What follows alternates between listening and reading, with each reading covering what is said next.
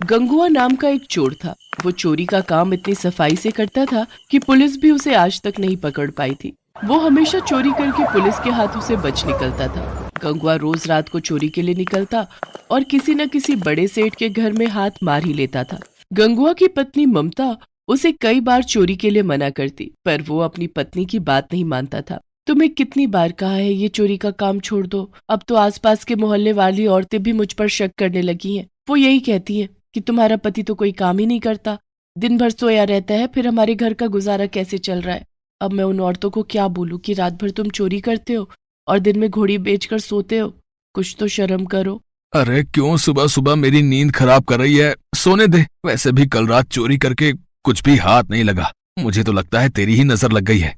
जब देखो मुझे काम के लिए टोकती रहती है। अब मुझे सोने दे, रात को मुझे फिर से चोरी पर निकलना है। गंगुआ रात को चोरी करने निकलता है, पर उस रात भी वो किसी भी घर में चोरी नहीं कर पाता। ऐसे ही कई दिन बीत जाते हैं। गंगुआ परेशान हो जाता है क्योंकि अभी तक उसने कोई भी चोरी नहीं की थी। वो गुस्से में भरा हुआ घर लौट आता है।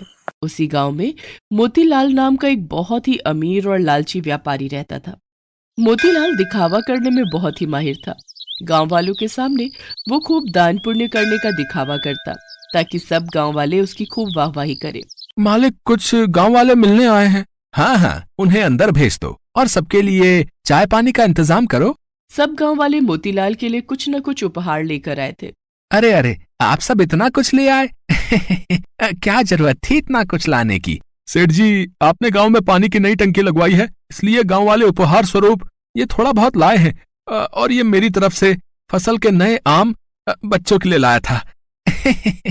अरे तुम सब गांव वालों के काम आना और गांव की सेवा करना ही तो मैं अपना धर्म समझता हूँ।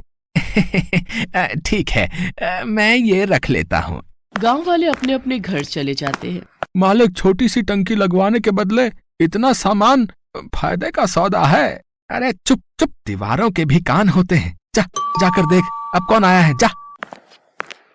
मालिक, शिव मंदिर के पंडित जी आए हैं। जय शिव शंकर पंडित जी। जय शिव शंकर मोतीलाल जी, मंदिर की सेवा कार्य के लिए आपके पास आया हूँ। शिव मंदिर में इस सावन में नया त्रिशूल लगाने का विचार बन रहा है। सोचा आप तो इतना दान पुण्य करते हैं, तो मंदिर में त्रिशूल लगाने का ये शुभ अवसर आपको ही मिलना चाहिए। ये तो बहुत अच्छा किया पंडित जी, जो आपने मुझे ये बात कह दी। मैं तो बहुत समय से ऐसा कोई शुभ कार्य करने का विचार कर ही रहा था। ठीक है, त्रिशूल के लिए जितने भी पैसे लगें आप मुझे बता देना, और त्रिशूल खाली सोने का बना होना चाहिए। मोतीलाल ने पंडित जी को सोने के त्रिशूल के लिए हाँ तो कर दी, पर पंडित जी के जाने के बाद वो सोच विचार में पड़ गए। सोने का त्रिशूल बहुत महंगा आएगा। दिखावा करने के चक्कर में तो मैं लुट ही गया। मोतीलाल ने शिव मंदिर में त्रिशूल लगवा ही दिया। सारे गांव वाले मोतीलाल की वाहवाही करने लगे। मोतीलाल घर लौट आया। उसी रात गंगुआ मोतीलाल के घर चोरी करने घुस गया, पर वो नहीं जानता था कि मोतीलाल जगा हुआ है। मोतीलाल ने गंगुआ को चोरी करते हुए पकड़ लिया। अच्छा, तो तू मेरे घर में चोरी करने आया था? तू नहीं जानता, मेरा नाम मोतीलाल है। मोतीलाल, मेरे घर में चोरी करना असंभव है। मैं दिन के साथ साथ रात में भी जागता हूँ, समझा? लगता है मेरी किस्मत ही खराब है। इतने दिनों बाद चोरी करने का मौका मिला और वो भी पकड़ा गया। अब तो ये सेठ मुझे पुलिस के हवाले कर देगा। आज तक मैं पुलिस के हाथों पकड़ा नहीं गया, आज पहली बार मैं पुलिस के हाथों पकड़ा जाऊंगा। अरे अरे, घबरा क्यों रहा है? घबरा मत, मैं तुझे पुलिस के हवाले नहीं करूंगा, है? पर बदले में तुझे मेरा एक काम करना होगा। हाँ हाँ, आप जो भी कहोगे मैं करूंगा, पर मुझे पुलिस के हवाले मत करो। तुझे शिव मंदिर में लगे सोने के त्रिशूल की चोरी करनी होगी और वो त्रिशूल मुझे देना होगा। शंकर जी के त्रिशूल की चोरी? पर हाँ, शंकर जी के त्रिशूल की चोरी। तुझे अभी इसी समय त्रिशूल चुराकर मेरे पास लाना होगा। उसके बाद मैं तुझे छोड़ दूंगा, नहीं तो तू जानता है मैं शोर मचा दूंगा और तुझे पुलिस के हवाले कर दूंगा। फिर पुलिस तुझे महीनों तक नहीं छोड़ेगी। हाँ ठीक है सेठ जी, मैं अभी जाकर त्रिशूल चुरा कर लाता हूँ। गंगुआ उसी रात शंकर जी के मंदिर जाता है और त्रिशूल को चुराकर सेठ मोतीलाल को दे देता है, पर गंगुआ को उस रात नींद नहीं आती। अगले दिन सुबह पूरे गांव में शोर मच जाता है कि शंकर जी के त्रिशूल की चोरी हो गई है। सुनो जी, तुम्हें पता है शंकर जी के मंदिर से सोने के त्रिशूल की चोरी हो गई है। कहीं ऐसा तो नहीं कि त्रिशूल तुमने चुराया हो? मुझे सच सच बता दो। अगर तुमने ऐसा अनर्थ किया है तो भगवान से क्षमा मांगकर त्रिशूल वापस मंदिर में लगा दो। तुम्हें पता है, कभी कभी तो मुझे ऐसा लगता है तुम्हारे पापों के कारण ही आज तक मैं मां नहीं बन सकी। शायद तुम्हारे पापों की सजा हमें संतान का सुख न मिलकर मिल रही है। ममता रोने लगती है। गंगवा जब ममता को रोते हुए देखता है तो उसे अपने ऊपर बहुत पश्चाताप होता है और वो ममता को सच सच बता देता है। मुझे माफ कर दो, मैं चोरी करने में इतना अंधा हो गया था कि मैंने भगवान को भी नहीं छोड़ा।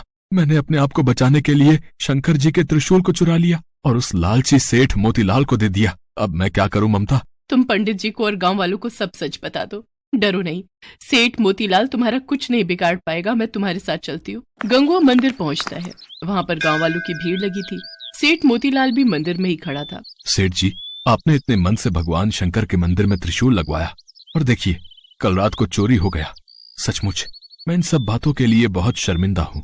पता नहीं चोर मंदिर के भीतर कैसे घुस गया। कोई बात नहीं पंडित जी, भगवान की जैसी मर्जी। अच्छा मैं चलता हूँ, कोई और सेवा हो तो बता देना। कहाँ चल दिए पंडित जी? कहीं त्रिशूल लेने तो घर नहीं जा रहे? क्या मतलब है तुम्हारा? क्या तुम जानते नहीं हो कि त्रिशूल की चोरी हो चुकी है? पंडित जी, चोरी का त्रिशूल सेठ मोतीलाल के घर पर ही है। अगर आप सबको यकीन ना हो तो आप इनके घर की तलाशी ले सकते हैं। ये तुम क्या कह रहे हो? सेठ मोतीलाल बहुत ही धार्मिक प्रवृत्ति के व्यक्ति हैं और त्रिशूल तो उन्होंने स्वयं ही मंदिर में लगवाया है। तो फिर त्रिशूल इनके पास कैसे हो सकता है? पंडित जी, ये सेठ मोतीलाल देखने में ही धार्मिक है पर मन से बहुत ही बुरी प्रवृत्ति के हैं। गंगवा पंडित जी और गांव वालों को बीती रात की सारी सच्चाई बताता है, जिसे सुनकर सब लोग हैरान रह जाते हैं। सेठ मोतीलाल के घर की तलाशी लेने पर शंकर जी का त्रिशूल मिल जाता है। सेठ जी, ये त्रिशूल अब आप ही रखो। आप अब इस त्रिशूल को मंदिर में लगाने के अधिकारी नहीं है। भगवान तो श्रद्धा के भूखे होते हैं। यदि आपका मन नहीं था दान पुण्य करने का तो आप हम सभी को साफ साफ कह देते। ये दिखावा करने की कोई आवश्यकता नहीं थी। आज के बाद इस शिव मंदिर में आपके दिए पैसों का चढ़ावा नहीं चढ़ेगा। और पंडित जी, हम गांव वाले भी सेठ मोतीलाल के हाथों से कोई धर्म कर्म के कार्य में मदद नहीं लेंगे। हाँ, हर कोई सेठ मोतीलाल के खिलाफ हो जाता है। सेठ मोतीलाल अपना समूह लेकर घर चला जाता है। हे भोले शंकर, आज मैं आपके सामने ये प्रण करता हूँ कि मैं आज के बाद कभी भी चोरी नहीं करूंगा। हमेशा मेहनत की रोटी कमाऊंगा। गंगवा, तुमने बहुत ही ईमानदारी का काम किया है। देखना, भगवान भोलेनाथ तुम्हें इसका फल अवश्य देंगे। उस दिन से गंगवा ने चोरी करना छोड़ दिया।